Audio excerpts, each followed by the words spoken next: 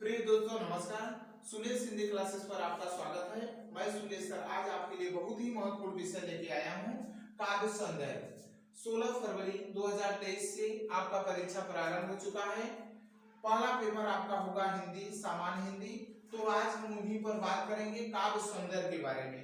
काव्य सौंदर्य से आपकी परीक्षा में 6 नंबर का प्रश्न पूछा जाएगा और काव्य सौंदर्य के अंतर्गत रस छंद अलंकार आते हैं। रस से, छंद से, अलंकार से क्या पढ़ना है और क्या नहीं पढ़ना है, उन्हीं बातों पर हम चर्चा करेंगे। तो सर्वप्रथम हम बात करते हैं रस से, क्योंकि देखिए काव्य सौंदर्य से आपका 6 नंबर का प्रश्न आएगा और यहाँ से रस की बात करें तो 2 नंबर, छंद से बात करें 2 नंबर और 2 नंबर अलंकार से आएगा। तो आज हम उन्हीं पर चर्चा करेंगे जो आपके एग्जाम में निश्चित तौर पर आएंगे। अगर हम बात करें रस की बात करें तो रस से आपको पढ़ना क्या है। रस से कक्षा 12वीं के सामान्य हिंदी के विद्यार्थी आप हैं तो आपको पढ़ना है वीर रस। वीर रस। इसके बाद बात करेंगे वीर रस के बाद श्रृंगार रस। श्रृंगार रस। और इसके बाद बात करें तो करुण रस। करुण रस। इसके बाद बात करें तो हास्य रस। और एक और रस आता है शांत रस। इससे बाहर कुछ भी नहीं आएगा। इससे बाहर कुछ भी नहीं आएगा। वीर रस, श्रृंगार रस, करुण रस, हास्य रस और शांत रस, इससे बाहर आपका एक भी प्रश्न आने वाला नहीं है रस से। तो आप अगर बात करें वीर रस की तो वीर रस का परिभाषा हो जाएगा जहां उत्साह नामक स्थायी भाव विभाव अनुभाव एवं संचारी भाव से संयोग कर रस रूप में परिणत होता है, वहां वीर रस होता है। जहां उत्साह नामक, क्योंकि इसका स्थायी भाव भी जानना में हमारे लिए बहुत ही महत्वपूर्ण है, तो वीर रस का स्थायी भाव होता है उत्साह। श्रृंगार रस का होता है रत। करुण रस का होता है शोक। और बात करें हास्य रस का होता है तो हास्य।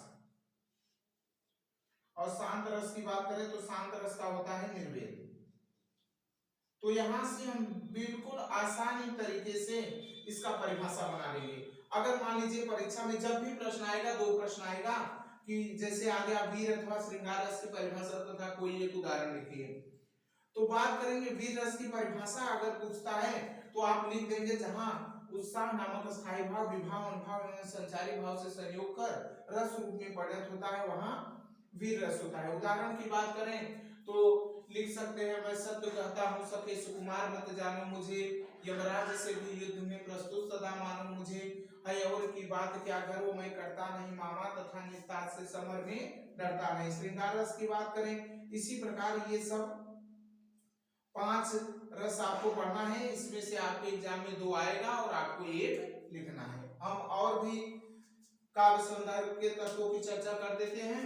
इसके बाद हम एक ही वीडियो में आपका रस, छंद एवं अलंकार समाप्त कर देंगे। सर्वप्रथम हम आज यह जानेंगे कि आपके परीक्षा में क्या क्या आएगा और क्या क्या आपको पढ़ना है और किन किन चीजों को आपको बिल्कुल भी नहीं पढ़ना है।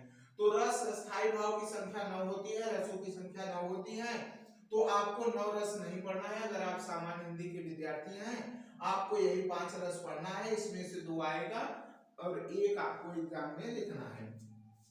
अब हम बात करते हैं छंद की।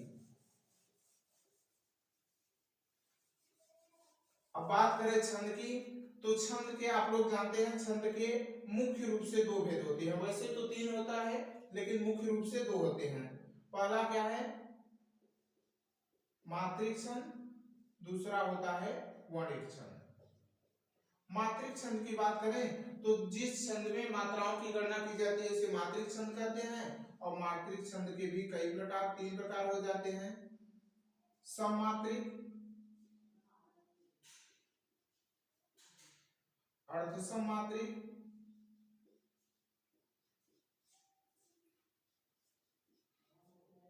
और एक होता है विषम मात्रिक।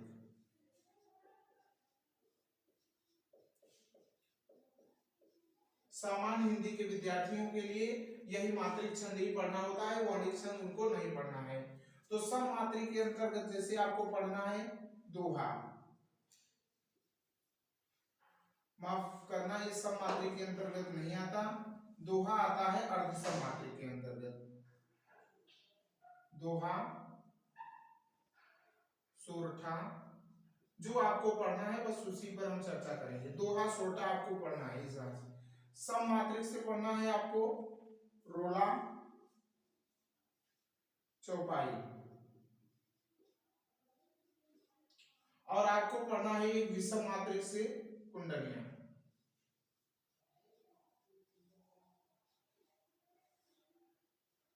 तो यहां से आपका प्रश्न आएगा रोला, चौपाई, दोहा, सोरठा, कुंडलियां, ये 5 छंद हैं। इसमें से आपका एग्जाम में 2 आएगा और आपको 1 लिखना रहेगा।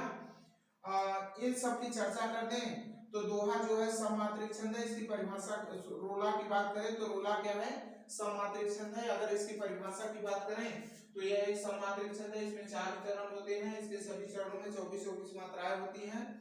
ये हो गया रोला। चौपाई की बात करें तो यह भी सममात्रिक छंद है, इसमें 4 चरण होते हैं, इसके सभी चरणों में 16-16 मात्राएं होती हैं। अगर बात करें हम दोहा की तो दोहा यह एक अर्धसम मात्रिक छंद है, इसमें 4 चरण होते हैं, इसके पहले एवं तीसरे यानी विषम चरणों में 13-13 मात्राएं तथा दूसरे एवं चौथे यानी सम चरणों में 11-11 मात्राएं होती हैं। देखिए सोरठा दोहा का ठीक उल्टा होता है, यह एक अर्धसम मात्रिक छंद है, इसमें 4 चरण होते हैं, इसके पहले एवं तीसरे चरण में 11-11 मात्राएं तथा दूसरे एवं चौथे चरण में 13-13 मात्राएं होती हैं। तो ये दोनों एक दूसरे के उल्टे होते हैं। कुंडलियां की बात करें, बहुत ही इंटरेस्टिंग है। कुंडलियां जो होता है या दोहा प्लस रोला, दोहा और रोला को जोड़ करके कुंडलिया छंद बनाया जाता है। तो अब हम बात करते हैं अलंकार की। तो यही 5 छंद आपको पढ़ना है, इसमें से 2 आएगा, आपको 1 ही लिखना होता है। अब बात करें हम अलंकार की, तो अलंकार के भी मुख्य रूप से 2 भेद होते हैं। पहला क्या होता है शब्दालंकार और दूसरा है अर्थालंकार।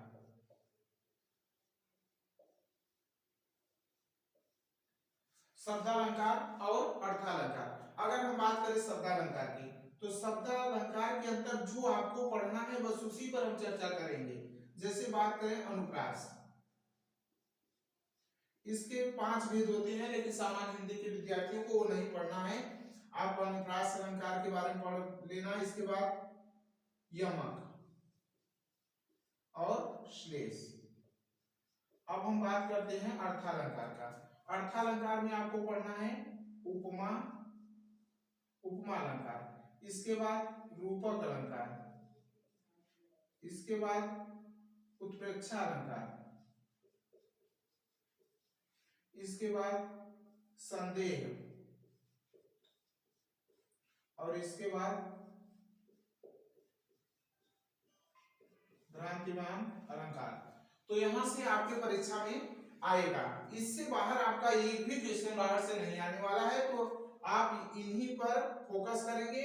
आपके एग्जाम में यहां से 2 प्रश्न पूछा जाएगा और उसमें से 1 प्रश्न आपको लिखना होगा। तो प्रिय विद्यार्थियों, चूंकि परीक्षा भी नजदीक है और आपको सुलेश हिंदी क्लासेस पर आपको 20 से 25 दिन में कक्षा 10वीं हो या 12वीं के विद्यार्थी हो, 25 से 30 दिन के अंदर, 25 से 30 नहीं, उससे कम ही में पूरा हो जाएगा। 20 से 25 दिन के अंदर आपका पूरा कोर्स आपको YouTube पे मिल जाएगा, पूरे 100 नंबर का। आपको कहीं भटकना नहीं है, बस ध्यान पूर्वक तथ्यों को पहले हम समझेंगे कि हमें क्या क्या पढ़ना है। इसके बाद अगले वीडियो में हम जिस पर चर्चा करेंगे उसका पूरा वीडियो आपको मिल जाएगा। धन्यवाद।